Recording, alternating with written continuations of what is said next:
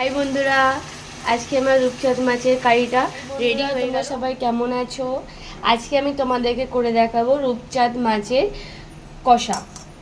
এই দেখো, এখানে আমি রূপচাঁদ মাছ নিয়ে নিয়েছি, বড় বড় পিস করে কেটে নিয়েছি।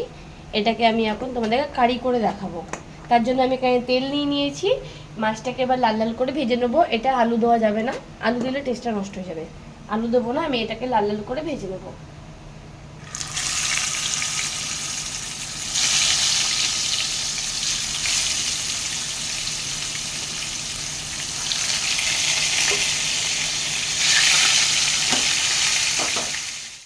মাছগুলো লাল লাল করে ভেজে নিয়েছি।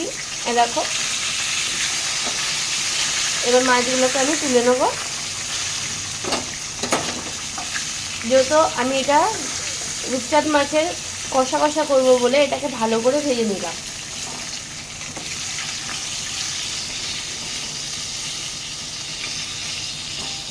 আমরা যেরকম ডিমের কারি করি, আজকে রূপচাঁদের কারি করব।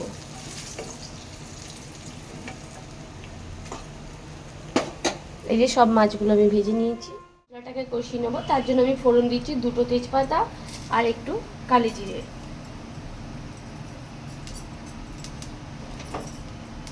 এখানে আমি নিয়ে নিয়েছি 2টো পেঁয়াজ বাটা। পেঁয়াজটাকে আমি মিক্সিতে বেটে নিয়েছি। এখানে নিয়ে নিয়েছি বড় 1 চামচ আদা বাটা আর নিয়ে নিয়েছি 1 চামচ রসুন বাটা। তার মধ্যে দিয়ে দেবো আমি 1 চামচ জিরের গুঁড়ো, 1 চামচ ধনের গুঁড়ো আর দিয়ে দেবো হলুদ, পরিমাণ মতো নুন দিয়ে দেবো। যেহেতু এটা কষা কষা হবে, বেশি নুন দিতে হবে না, মাছ ভাজাতে নুন দেওয়া আছে।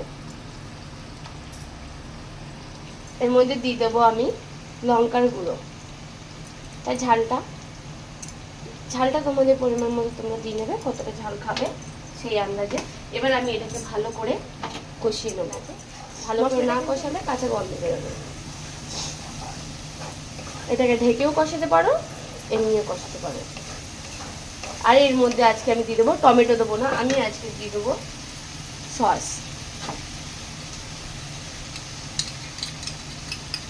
সসটা দিলে কালারটা বেশি সুন্দর হয়, খেতেও টেস্টি লাগে। মানে এর গন্ধটা চাইনিজ চলে আসে। এবার এটাকে ভালো করে দেখো। এবার আমি এতে হালকা করে জল দেবো, বেশি জল দেবো না, কেন মশলাটা ভাজা ভাজা হয়ে গেছে। আর এই সস দেওয়ার কারণটাই হচ্ছে মশলাটাতে এত সুন্দর গন্ধ বেরোবে।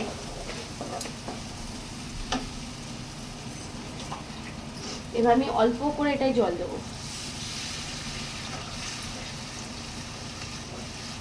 জাস্ট মাছগুলো ডুবে যাবে অতটার মধ্যে জল দিয়ে দেবো।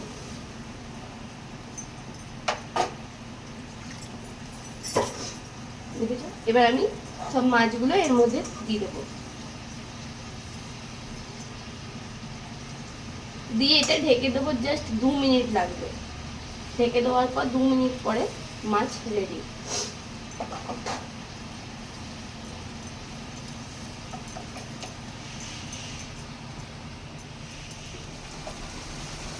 দেখো, রূপচাঁদ মাছের কারিটা রেডি হয়ে গেছে, তেল ছেড়ে দিয়েছে দেখো। এবার আমি এতে গরম মশলা দিয়ে দেবো। আজকে অন্যদিন দিইনি, আজকে দেবো গরম মশলা। গরম মশলাটা সবার নিজের মতো পছন্দ মতো দিতে হয়, আর আমি তো দেবোই, কেন আমি নিজে বাড়িতে তৈরি করি। সব মশলাগুলো বাড়িতে নিজে তৈরি করি, লঙ্কাটা হলুদটা বাদ দিয়ে। জিরে, ধনে, গরম মশলা, চালের গুঁড়ো সব। দেখো মাছের কারি, এটা রূপচাঁদ মাছ কারি। মাছগুলো দেখে গোটা গোটা আছে। আজকে আমার রূপচাঁদ মাছের কারিটা রেডি হয়ে গেল। আমি গরম মশলা সব দিয়ে দিয়েছি, দেখো সব তেল ছেড়ে দিয়েছে, গন্ধটা খুব সুন্দর বেরোচ্ছে। তোমরা বাড়িতে এরকম করে ট্রাই করবে, খুব ভালো লাগবে।